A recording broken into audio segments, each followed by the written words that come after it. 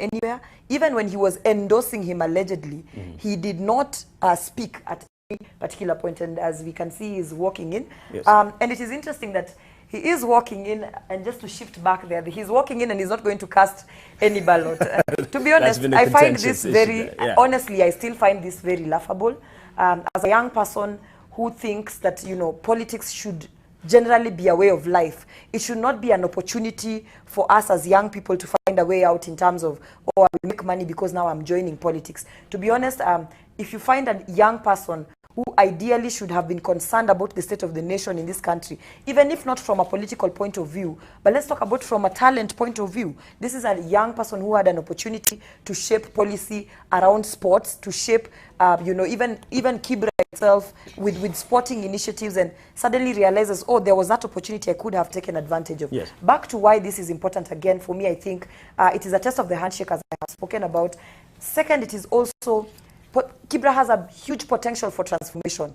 It is one of those places that you can literally walk, there are so many problems in Kibra. You can literally walk into Kibra, have an opportunity to just do one or even two things, or one and a half things, and you literally gain national relevance. Look at what Ken Okoth, may his soul rest in peace, did. He just basically picked education, and as a result of that, he became a global leader, if we can say that, because his efforts were now being appreciated way beyond Kenya. It is one of the places that one can easily get political mileage from, and we are seeing Ruto trying to access the place, and that is why it is a big deal and it's different. But for me, and I appreciate the fact that we are all a youthful panel right here. Yes. For me, the other interesting part that I'm looking at in these elections is the fact that we are having young people turning up.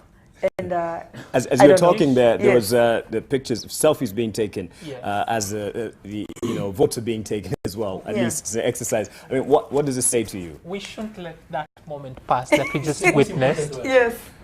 That says a lot about Mariga, that he's not in this to impact the people. He's a celebrity. Oh, he's taking selfies. I missed yes. Yes, as you were talking, yes. That's actually why I was interjecting. Muthiora, yes.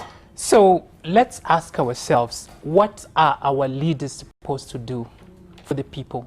As an MP, you're supposed to represent, to legislate, to oversight.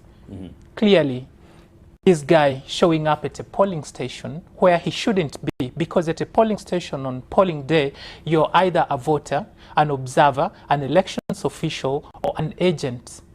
What exactly is he doing there? They say, of course, Taking they selfies? say they're monitoring the exercise. Yeah, they're saying they're monitoring the exercise. Yeah. I also want us to be fair to Mariga, because as a candidate, you have run before, and I have run before. I'm also allowed to actually access any polling station in an election in which I'm participating. So he's there. By the way, what else do you want Mariga to do other than to show up at a polling station and take selfies? He's not voting, for heaven's sake. This is where we get it from. He doesn't, he's not voting. Look at it properly. Yeah. We have roles, and that's the one thing that Kenyans never want to accept, that as a citizen in a republic, I have duties. We apportion to ourselves duties that are not ours. You've seen the party leader for ANC show up there. Was he Owalo's bodyguard? He's an agent. Why exactly is he there? He's there so that his presence can influence those who have not cast their votes to show up and vote in a certain way.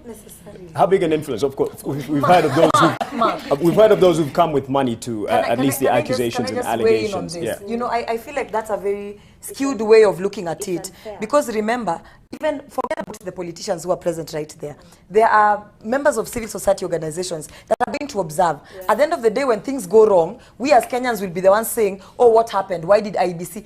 Part of being there is being vigilant, looking at how is the process going on. In fact, myself, I am not a candidate, neither am I an agent of a political party, neither am I going there to represent any, anybody's interests. I'm going to Kibra after this because I want to understand what is happening on the ground. Even if I am not being told to stay away from the polling station. That's how the pollution in the space in Kenya happens. Right. You have no job there, but you want to be there. Now, about one being a candidate. When you're a candidate, it's expected that you're going to vote. It's in Kibra that there's a bit of uniqueness that a candidate is not a voter in Kibra. Yes. But before, the way that it should be is you show up because you have a job to do. If you have nothing to do in the polling center or polling station, do not show up. Yeah, but